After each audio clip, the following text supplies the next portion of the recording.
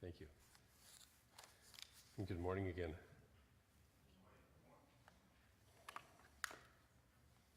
If you want a personal experience of the divine, you're holding one, by the way. And you're being one too, whatever child receives this. And if you are a latecomer, like I just noticed, if you want to come on up and grab a bear, please feel free to do so. Or we can have one hand delivered by our trusty assistants. I think there's a couple people who are missing bears.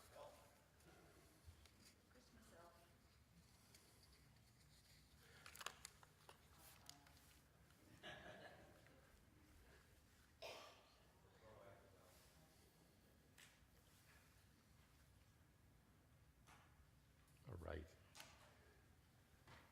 I think there's somebody over there in the back. All right. So while the bears are being delivered, we're going to continue our little exploration, small exploration on the side here of Advent, the Advent season. And Advent is that time of preparation. Advent literally means, vent is wind in Latin, and ad is towards, to or towards. And so it's the wind that blows towards. It's the direction in which the wind is moving. And so the wind is moving towards the light, towards the deepening in sacred consciousness. And so in order to put our sails up to experience that and to sail in the direction we want to go, there's a process of preparation. You know, any ship that goes out has to be prepared before it hits the sea. And so just like that, we have to prepare our consciousness for the reception of that sacred. And whether it's symbolized by the birth of the Christ, whether it's symbolized by the return of the sunshine in the solstice celebration, whether it's symbolized by Bodhi Day, the enlightenment of the Buddha, which just happened this past December 8th, whether it's symbolized by the birth of Muhammad, which happens or is celebrated and honored, I believe, tomorrow. Any of those, or Hanukkah, which begins on the evening of the 25th, any of those celebrations of light, of the sacred returning, we need to prepare for. So the Advent candle is a 4-week process of allowing our consciousness to move into preparation. And the first Sunday we celebrated was the idea of hope. That in the time of darkness, when it seems like the dark is growing and growing and growing, I'm talking in the outer physical world, and sometimes we experience that in our own personal lives, that we need to maintain that sense of hope. If we lose hope, then we lose our way and we don't bother to raise our sails to go anywhere. So it's that idea of hope, that's that idea of remembrance of the truth, even when it seems like it's not there. And then last Sunday we took a look at, once we start to move towards hope, we start to open up to the love of the universe, the love of the divine, and that lives within us, and that we are an expression of. And so we consider that. This Sunday is a special Sunday because it's the rose-colored candle in the normal liturgical service. And if you were in a Catholic, Episcopalian, Lutheran, kind of more traditional church today, they would be celebrating what's called Gaudete Sunday. And Gaudete is literally the Latin word that means rejoice. And it comes from the first word of Paul's letter to the Philippians. And it says, rejoice in the Lord always. Again, I say rejoice. Okay? That sounds pretty good, right? You want to rejoice with me, right? We want to rejoice in this light. We're beginning to get this deepening into that experience. And so we rejoice in it. Rejoice in spirit always. Again, I say rejoice. Let your humility be known to all, for spirit is right here. Do not worry about anything. God, that's a nice line, right? Do not worry about anything, but in all things, by prayer and supplication with thanksgiving, let your requests be known to God. And the peace of God, which passes all understanding, shall keep your minds and hearts. Finally, my brethren, whatever is true, whatever is honest, whatever is just, whatever is pure, whatever is lovely, whatever is of good report, if there is any virtue and if there is any praise, think about these things. That's religious science in a nutshell almost right there, right? Rejoice in spirit. The word supplication, when I come from my Catholic background, I kind of think of supplication as almost kind of on the ground prostrate, but that's not what it means. It actually means humble and earnest. We're asking God, we're coming to God humbly and earnestly. And humbly is simply, I am open to, it's kind of the not my will, but thine be done. I'm open to the highest and best coming through me. When we, at the end of some of our prayers, we simply say this or something better. I'm open to God's will, open to that process. That's our humility. That's saying, I of my ego self may not know exactly the highest and best answer. And so I'm willing to be humble. I'm willing to let something come through me that's even higher than I know. Okay? And then earnestly, of course, is that we actually mean it with depth of feeling. And so I love this because it's rejoice. We start off by rejoicing in the Lord. First step of spiritual mind treatment is God is all there is when we talk about that. Okay, we rejoice in that. And for Spirit is right here. We're not waiting for it. Yesterday we had a wonderful silent retreat, and as part of the silent retreat we did a labyrinth walk. And I was partway through the labyrinth and I realized, the center of the labyrinth is right here, and right here, and right here. It was in each step I took. It wasn't something that I was going to arrive at. Yes, there is a center to arrive at, but each step is the center. Each step is the center of God. Each of us is the center of God right here. Do not worry about anything. Worry is I love there's that new Harry Potter film out, and at one point the main character says, I don't believe in worry. It's torturing yourself twice. Once anticipating the bad thing happening, the other time experiencing the bad thing happening, right? It's like I'd rather just experiencing the bad thing happening without worrying ahead of time. Worry is the negative use of the mind. Don't worry, but in all things, by prayer and earnest and humble asking, and with thanksgiving, step 4 of treatment. Let your requests be known to God.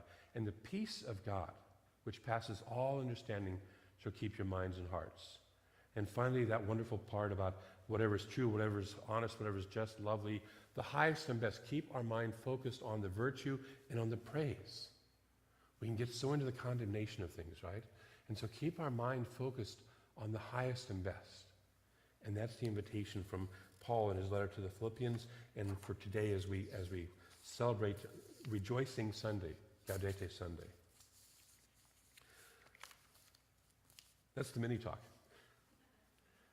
So the talk that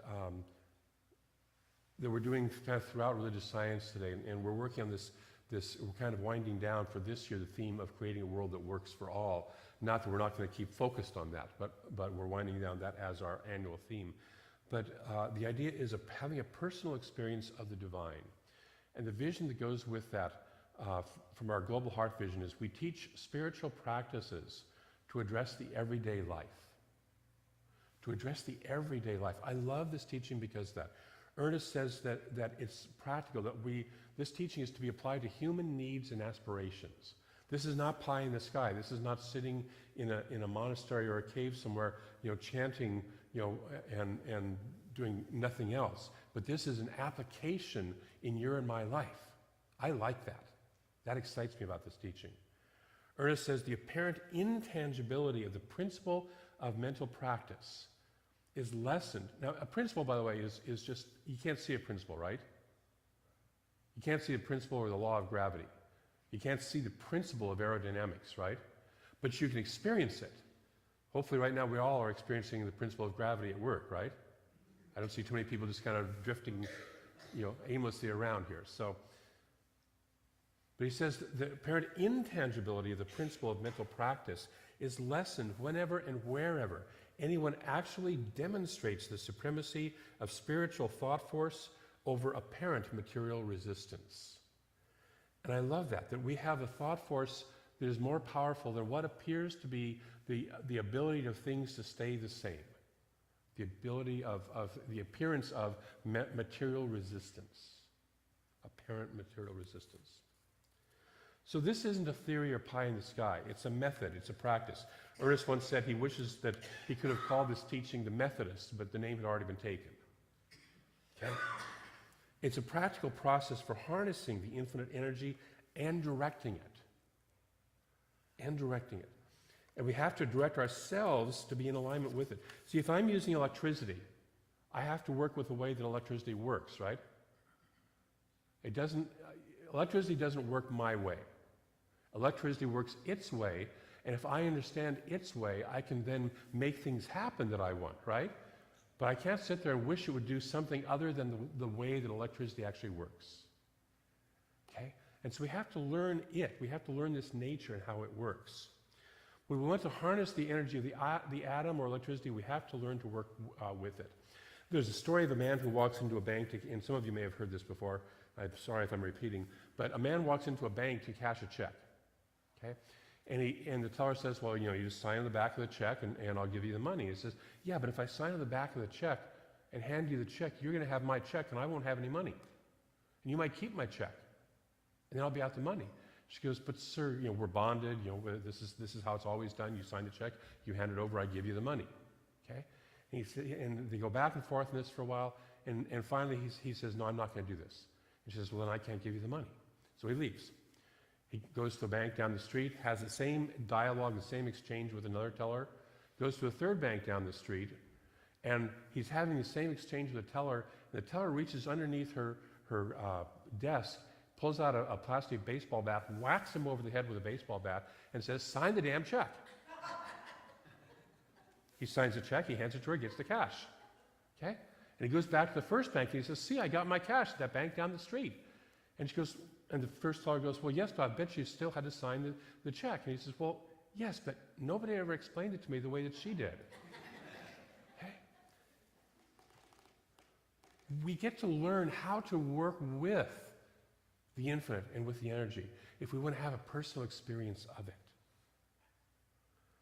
And this is what we teach in this teaching, is how do we work with that? How do I take that infinite energy and actually apply it in my life? So first we need to know the nature of the Infinite One. We need to recognize that it's a unity, right? That it is everywhere present. We're not talking about something that is here one day and gone the next. I love Chris in his opening treatment, there is no spot where God is not.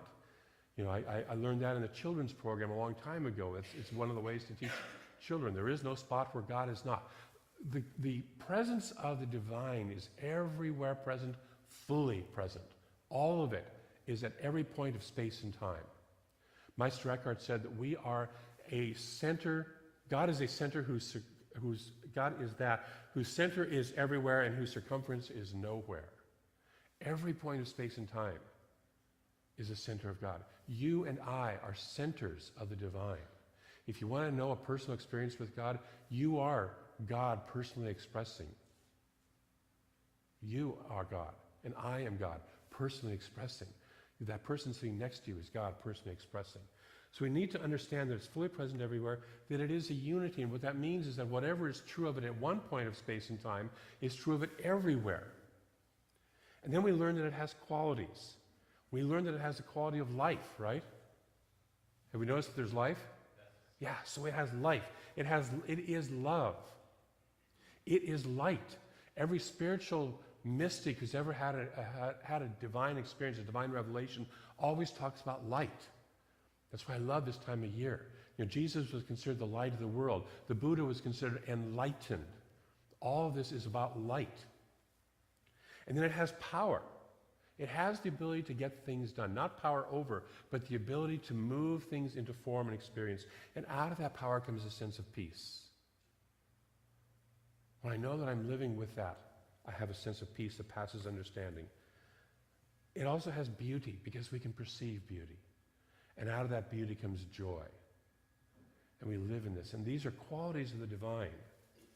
And when we start to learn that divine is all that there is, because it's a unity, because there's no lack or absence, because there's no duality, that we have to be one of that. And because it's a unity, you and I have all these qualities within us already. I don't have to make myself loving. I already am love. Now, I may need to learn how to express it better and let it out more, but I'm already that. You are already that. You already are the full aliveness of the divine. We are already that. We are already the power. We are the beauty. We are the joy. And we are the peace. We are one of it. And so as we recognize that we embody all the qualities. And so we come to understand it, and we come to understand our relationship with it. It and I are one. It's this presence of pure love, of pure joy. No judging, No sitting there going, like you, don't like you. Just pure joy, pure love, pure wholeness. And so we understand our relationship with it. So I now understand how electricity works now. How do I apply electricity, right? Because that's nice, David. I know what the nature of it is. I know what my nature of it is. How do I get it into my checkbook, into my healthy body, into my relationships, into my creativity, into my work? How do I apply that? And so that's what we start to work with this teaching. So we first understand that this infinite presence makes choices. It's selective. Okay? You've sort of noticed that there are different things in the world, right?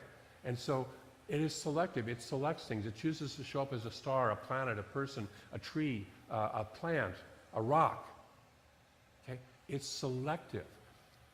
And so it makes these choices in consciousness, and it has the initiative, the process, the power to move that into action. It isn't just I sit and make a choice and nothing happens. See, when I make a choice for chocolate, I usually go get chocolate, right? That's both the selection I choose and the process of I move it into form, I make it happen. So it chooses. Genesis has a wonderful description in the first chapter of Genesis of this process of God said, let there be this and this and this and this and this. This is the choosing process of the consciousness that is behind all of us. And so it takes initiative and it adds motion to that initiative. And you and I embody them because we are points of consciousness of the center. You and I embody that process. So you and I get to choose. We get to choose and create out of our choices. And when we start to realize that, of course, we can start to shift what it is that we're choosing. Now, I don't know about you, but I call this the good news, bad news of spiritual practice, right? All this that's in my life right now, I chose it at some level, consciously or unconsciously. I allowed this choice to move through me or allowed other people to choose it around me. And this method of creation is thought. The universe chooses in thought. You and I choose first by thought. All things are created twice, first in the mind, first by thought, and then in form. Everything. The chair you're sitting on first was an idea in somebody's mind. The sweater you're wearing, the coat you're wearing, was somebody's idea first. So all thoughts are vibratory energy. And all thoughts are creative. And our creations reflect our interest and our attention. Michael Beckwith says it's not so much what we wish would happen, it's what we're interested in, where we allow our mind to rest and spend most of its time. Okay? What are we interested in? That's what the universe responds to. We vibrate the level of our thinking. And we energize substance into form from that level. Ernest Holmes says that it's a great mistake to say, take what you wish, for you can have anything you like. We do not take what we wish, but we do attract to ourselves that which is like our thought. And then he puts this part in all caps, and when Ernest is in all caps, you know he wants to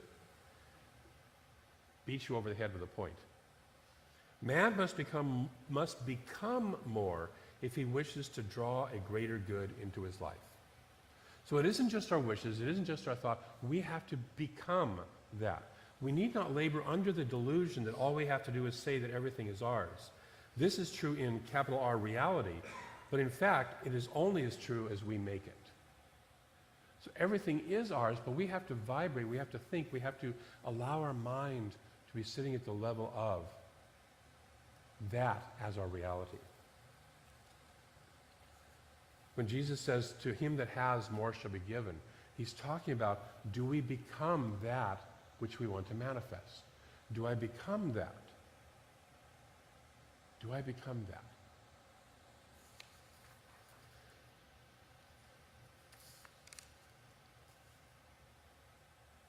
So when we become aware of the process, we become aware that we're constantly creating these things through our thinking. And then we become aware we've picked up some thought baggage along the way, right? Anybody notice they picked up a little thought baggage along the way? It shows up as our reality out here. I think it was Paul who first, mentioned this, that I remember. The things that I would do, I do not, and the things that I would not do, I do.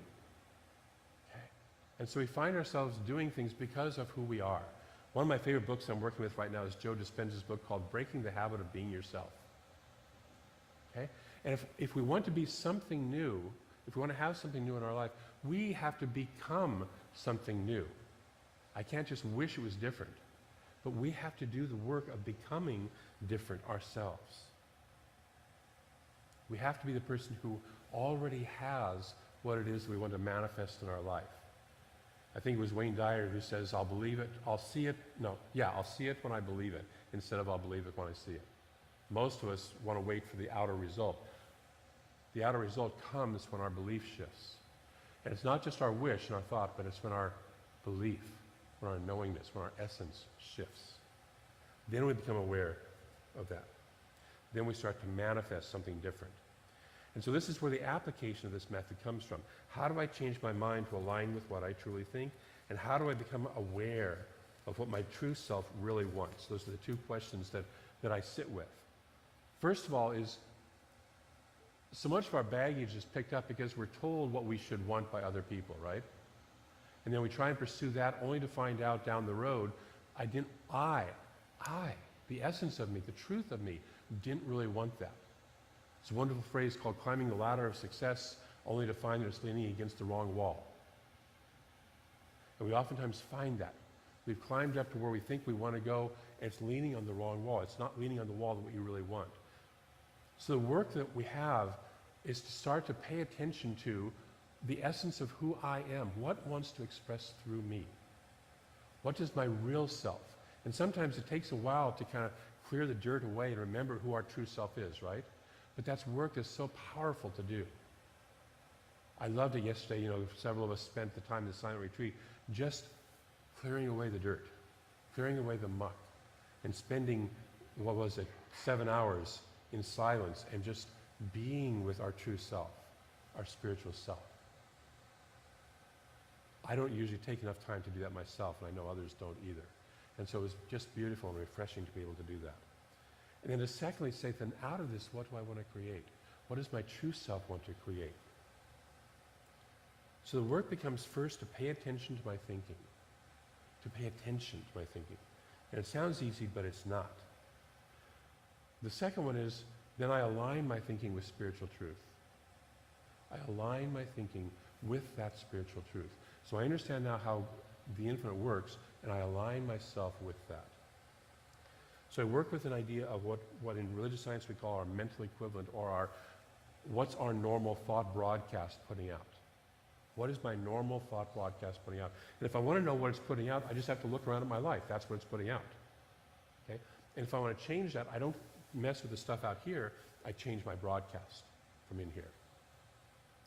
The process we use in religious science, one of the most powerful processes we use, is the process of spiritual mind treatment. Chris started this service with one, and we do one after the talk every day. But it's a process of going through a 5-step process of remembering that God is. What's the nature of God? Aligning ourselves with that truth, and then remembering that we're one of it. So we remember what it is, and we remember that we're one of it, and I have that alignment. From that, then we can start to move that into our steps 3 and 4. Steps 3 is where we start to say, now that this is true, I want to align that. I want to speak this into truth. This is what I want to have manifesting in my life. I want to have greater health. I want to have greater love. I want to have greater wealth. I want to have greater creativity in my work, greater joy in my life. And then we ground that in gratitude, as Paul mentioned, in gratitude, as though it's already so. We start to be grateful for it as it's so. And we finally move that thought into alignment with the truth, and we finally release it into the universe. We release it into that process that we know and trust moves into form and experience. I don't have any idea how electricity works, but I trust that it works, right? Okay? Can we just let it go? I don't sit there and have to analyze when I turn on the light switch. How is this going to work? Can I make this happen? Okay, I'm going to have to get the electricity to flow from that switch back there up into the lights back up here. How do I make that happen? Well, I don't do that. I flip the switch, right? And so the release is I flip the switch, I let it go. I let the process happen.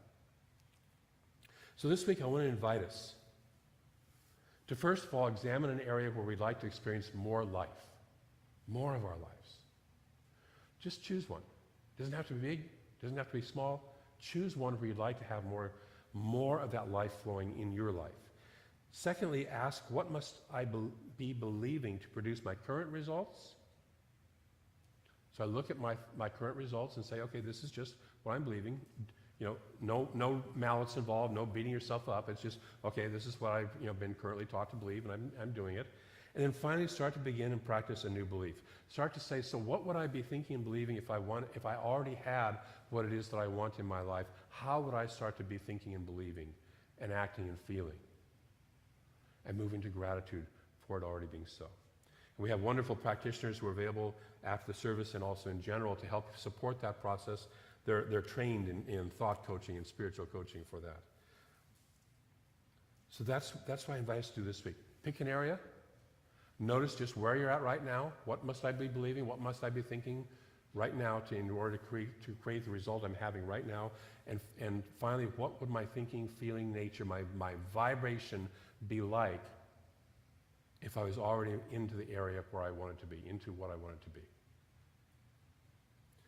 So I want to close with a quote. Ernest Holmes says, man's mind should swing from inspiration to action, from contemplation to accomplishment, from prayer to performance. This would be a well-balanced existence. The spirit fires the soul with energy and understanding, and the soul, which is the subjective mentality, vitalizes or enlivens the body and animates all that we do. And so we take this process of allowing our shifting to think and then allowing it to animate our own body and our own life and allow ourselves to move out into it. So when I choose chocolate, and I'm being playful with that, I allow myself to then do what is necessary for that chocolate to come into my life. When I choose love, I do what is necessary to allow more love into my life. When I choose health, I do what is necessary to allow greater health in my life. I let myself first be inspired within and then animated without. And that is how we create a personal experience of the nature of the divine. Let's pray. So I know that there is that one infinite presence, only one. All good, everywhere present, pure aliveness. This one is all that there is, completely, totally, everywhere present. And because it is, each of us is already one of this divine. We are one of this life, of this love, of this light, of this power, of this peace, of this beauty, and of this joy. We are one of that right here, right now, already. There is nothing we can do to separate from that. That is our truth. And so I speak my word that we become outlets for the divine. We become open to the flow of the true nature of God ever more fully in every single aspect of our lives. So we experience more life. We experience more love. We experience more light, more power, more peace, more beauty, and more joy everywhere in our lives, simply by opening and saying yes to that nature. And simply by saying, yes, I am willing to be in alignment with that. I let go of anything that has been in the way of that, any false gods, any false beliefs that have been in the way of that in the past. I let them fall away just like the leaves fall off of the trees. I allow the light that is my nature to illuminate the areas of my life that may have been living in darkness. No fight is necessary. No conflict is necessary. The light just simply comes on. And I'm lifted into that peace that passes understanding. And so I'm grateful, knowing that this is the way the universe works. This is the way that I work. And this is how it all works. And I get to play with that. I get to say, let there be light in my life. And there is. And so it is.